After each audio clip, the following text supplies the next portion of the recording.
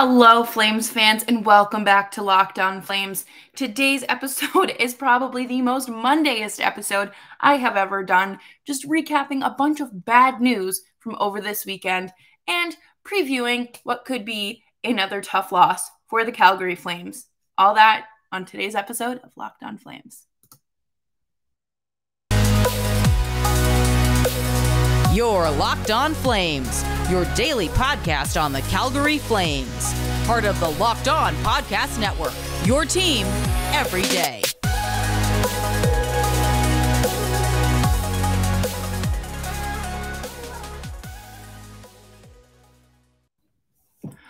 Well, hello everyone. As always, I'm your host, Jess Belmosto of the Metropolitan Riveters Public Relations team. How are you today? Today's episode is brought to you by BetOnline, where the games begin. Thank you so much for making Locked On Flames your first listen of your day.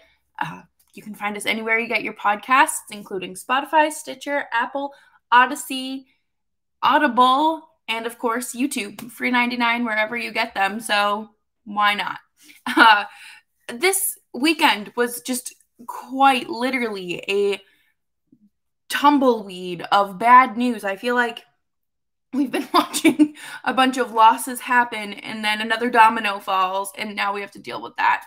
And that would be Sean Monahan, his season ending early 2 years in a row now due to needing hip surgery. So I was at work when this happened, so I had quite literally no idea that this happened. Like, I tweeted, oh, Sean Monahan scratched, because it's a random Saturday in April. Like, I don't think anything happening. And people are like, no, Jess, like, he's on LTIR. And I was like, what did I miss when I go to work for a few hours and I don't play catch up like I normally do? So there was a press conference with Brad Treliving on Saturday that seemingly came out of nowhere. And this was after Monahan had missed practice and morning skate. So eyebrows were a little raised, but I don't think anybody went into it with this idea that, oh, Sean Monahan's season's ending. But it all came out, and this time they didn't let him play through it. So I do have to give them credit for doing the bare minimum here. But he's 27 years old and having yet another hip surgery. Last season it was his right, and this time it's his left, or vice versa. But one of the quotes, some of the quotes here really got me. They got me going. And I know that they got you guys riled up on Twitter too, because we're all kind of on the same page here. Brad Treliving said, Sean is one that plays through a lot of stuff without telling people. Okay, why? Why doesn't he feel comfortable telling people that he's playing through injury? Have you thought about that? And then this guy plays through a lot of things. For people to question him, I think it's wrong. Number one, it's wrong for you as a general manager to kind of prop up a player for playing through these significant injuries. I'm sorry, but how many times am I going to have to say that's not healthy? It's not good. These are athletes. Sean is not even 30 years old, for God's sake. Like, he should not have this many seasons coming to an early end due to injuries.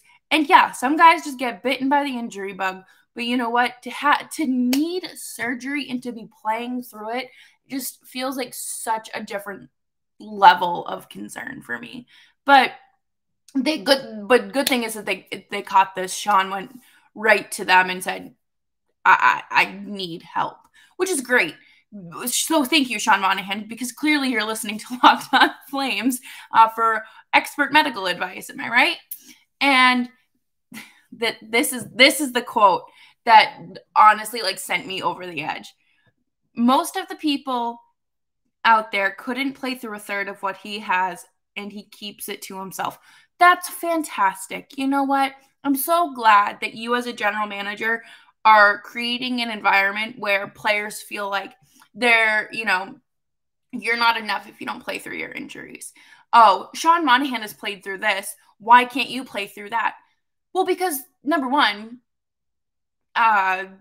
Trevor Lewis is not Sean Monahan. Elias Lindholm is not Sean Monahan. No one else is Sean Monahan on this team besides Sean Monahan. And one thing that's frustrating to me is just kind of like hyping up a player, being like, yeah, he's played through so much stuff, you guys. You wish you could do that. No, like, yeah, of course. I've gone to work when I haven't felt well, pre-COVID, and have just kind of been like, yeah, you know what? Like, I'm going to ride it out. But you know what? My job isn't as physical as playing hockey. And I know at the end of the day, yeah, my feet might be sore for wearing the wrong shoes to work, but I know if I take a day, I'll be fine. But Sean Monahan's career is a lot more physically demanding than working my job. But what I don't understand is, like, I feel like I'm beating a dead horse. I feel like I've talked about this like 3 times in the last 3 weeks. And I have to say that this culture of, oh, he's so tough, he's so gritty, you wish you were him. No, I don't, because I don't want to be 27 years old bending down to pick up my cat and my hip locking up. Thank you.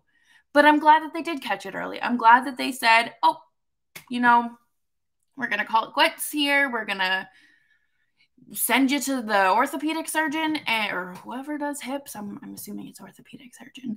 And just call it a day. And you know what? Rest, heal up, recover, and hopefully we'll see you at camp. Like, you have to take the bigger picture into consideration here. And that's, at the end of the day, that's what you have to do. I'm sorry, but there's no ifs, ands, or buts around it anymore, especially when it comes to someone who is as plagued by injuries as Sean Monahan is. Coming up next, we are going to talk about more weaknesses exposed by the St. Louis Blues here on Locked On Flames. And before we do that, I wanted to pipe in with a few words from Built Bar. Built Bar is a delicious tasting protein bar that everyone needs in their pantries, because I think that they're just a great snack to have on the go, or something to maybe replace a meal if you're not, super hungry. But Built Bar is packed with protein. They are they taste like they shouldn't be healthy for you, but they are in fact very healthy. High in fiber, high in protein, low in carbs, low in sugar, you name it.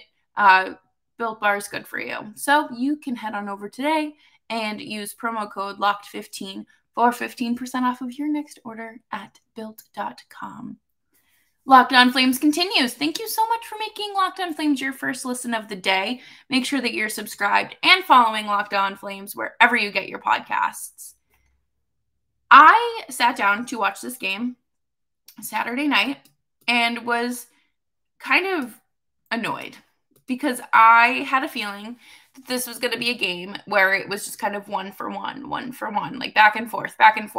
And for the most part, I was right about that, because the Flames went out there and allowed a goal within the first 90 seconds, and then they tied it up, then took the lead, and then the Blues tied it up, and it was just kind of like playing tennis, going back and forth. And key mistakes were once again made in a game against a Western Conference playoff team, and that's not something you want to do. At this point in the season, you should be playing a much more competitive and not deeper is not the word I'm looking for, but well-rounded game of hockey that the Flames have just been missing. And I don't know what's going on there. But there were a lot of mistakes made. And I think the number one thing is Markstrom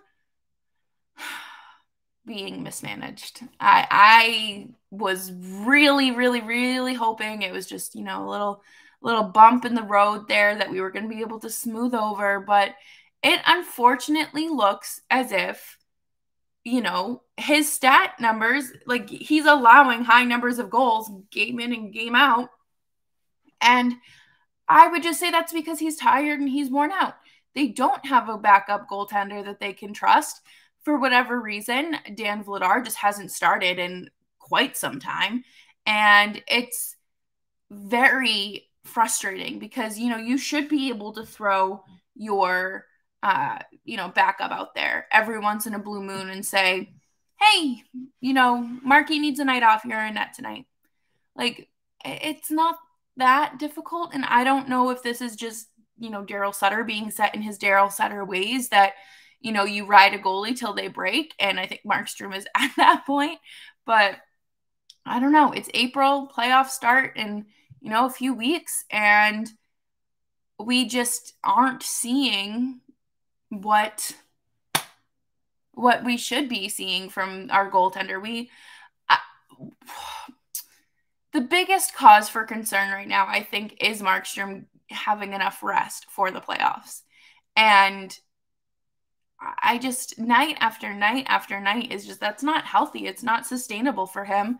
So I think that either he needs to, go out there and lose a game like 10-1 and really show Daryl Sutter that he's kind of over it right now. He needs a break, or he is going to have to speak up and say, I need a break. I need a second to catch my breath here.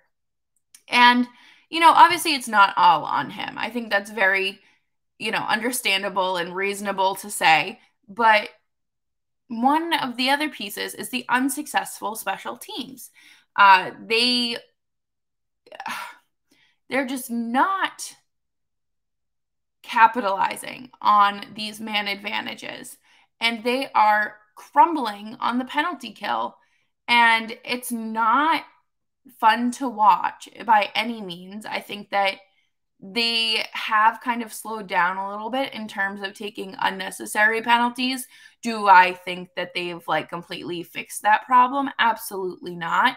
But, it's going to take a little bit to kind of iron out those kinks and whatnot. But I don't know what it is. That special teams both have been so hard to watch recently. And I don't know if we need to switch something up, if we need to, I don't know. You need a good old-fashioned bag skate to get everybody kind of, okay, if you want to play like you were playing when I came in, I'll treat you like how you were playing when I came in, and we'll just do some conditioning stuff.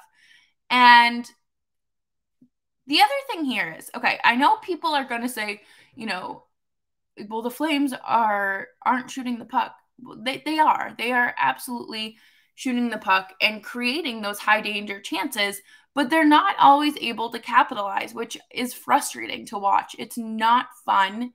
And one of the things that I think that they need to do as a whole is just just shoot the puck. There's no reason to be overpassing. There's no reason to be just standing there and waiting for someone else to, turn over the puck or whatever, but go out there, chase that puck down, crash the net. Don't be afraid. You have to do what you have to do.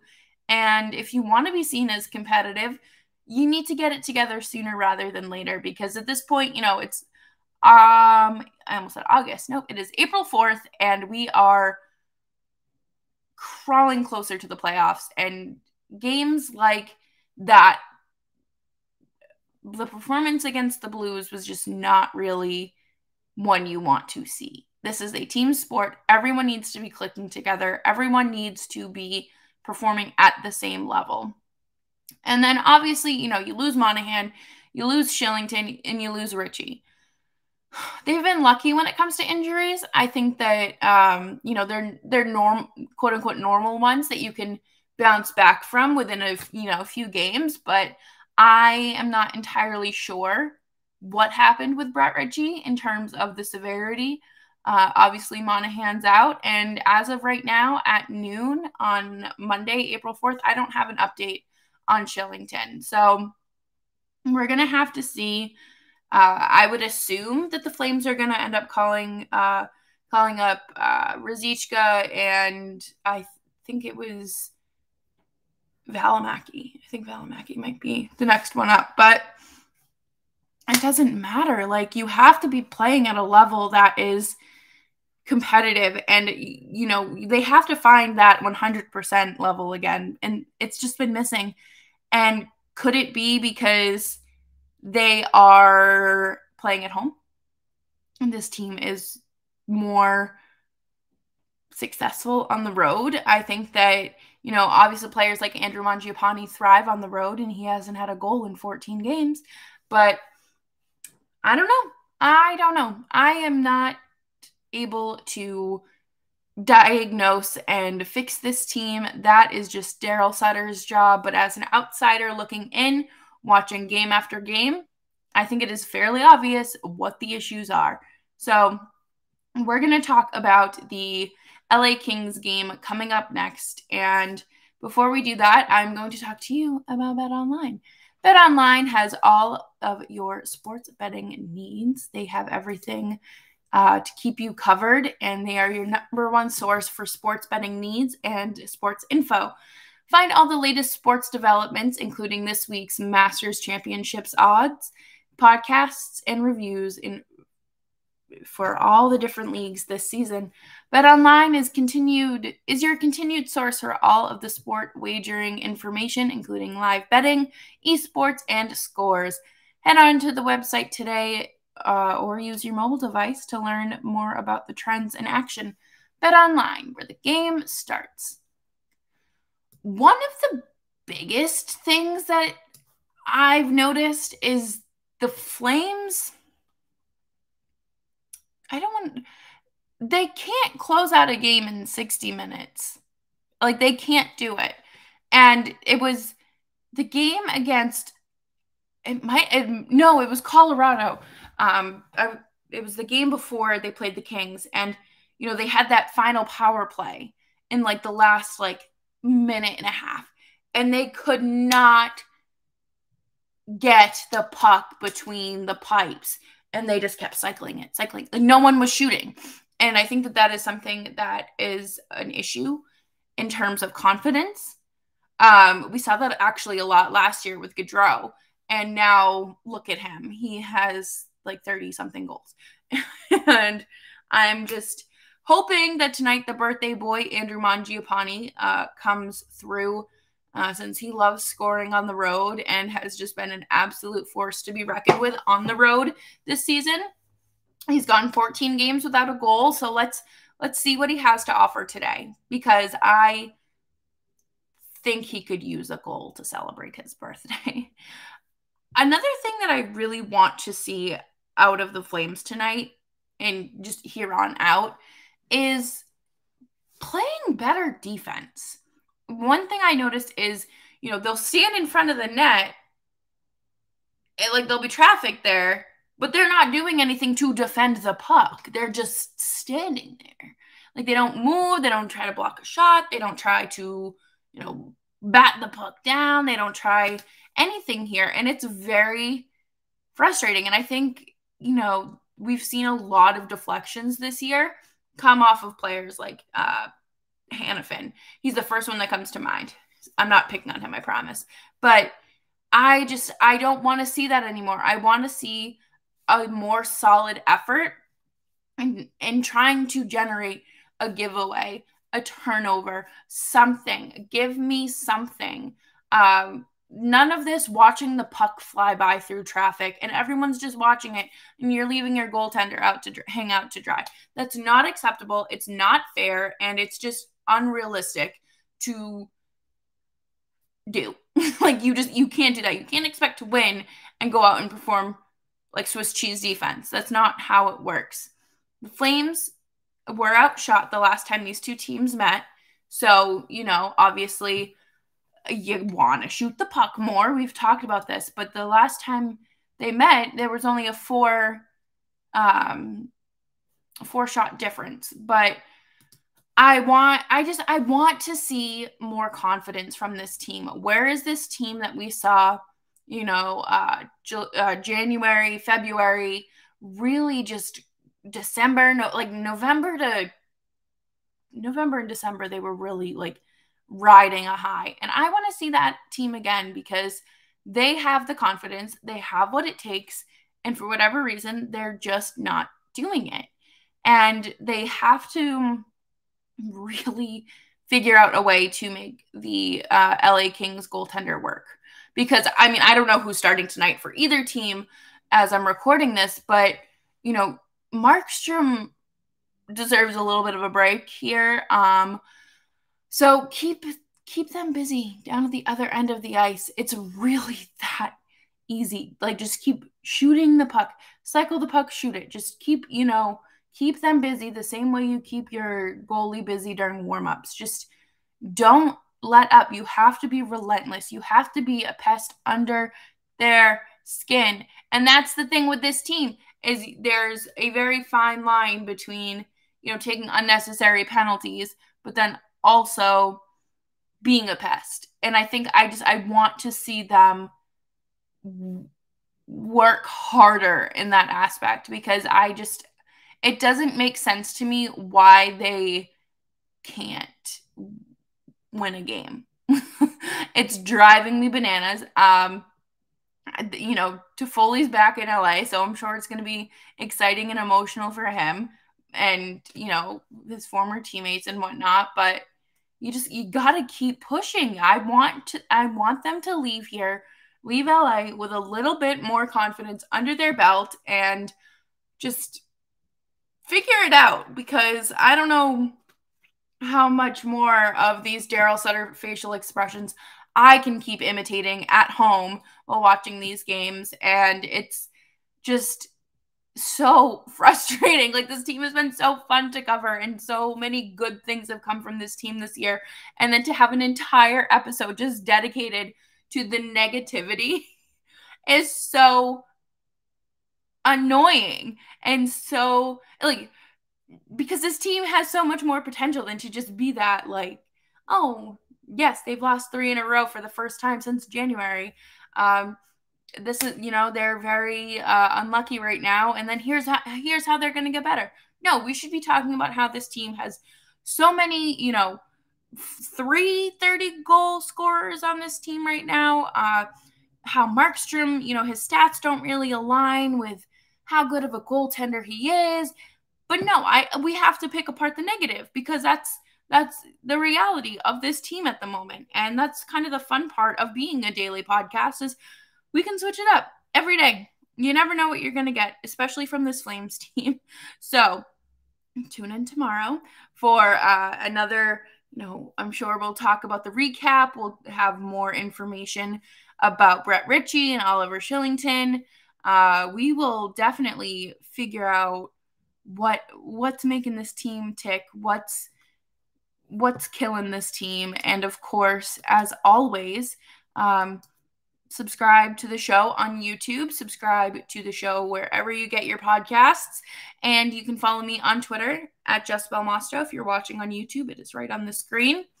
Tune into Locked On Kings to hear Sarah's perspective from the Kings side of things, and I will see you all tomorrow.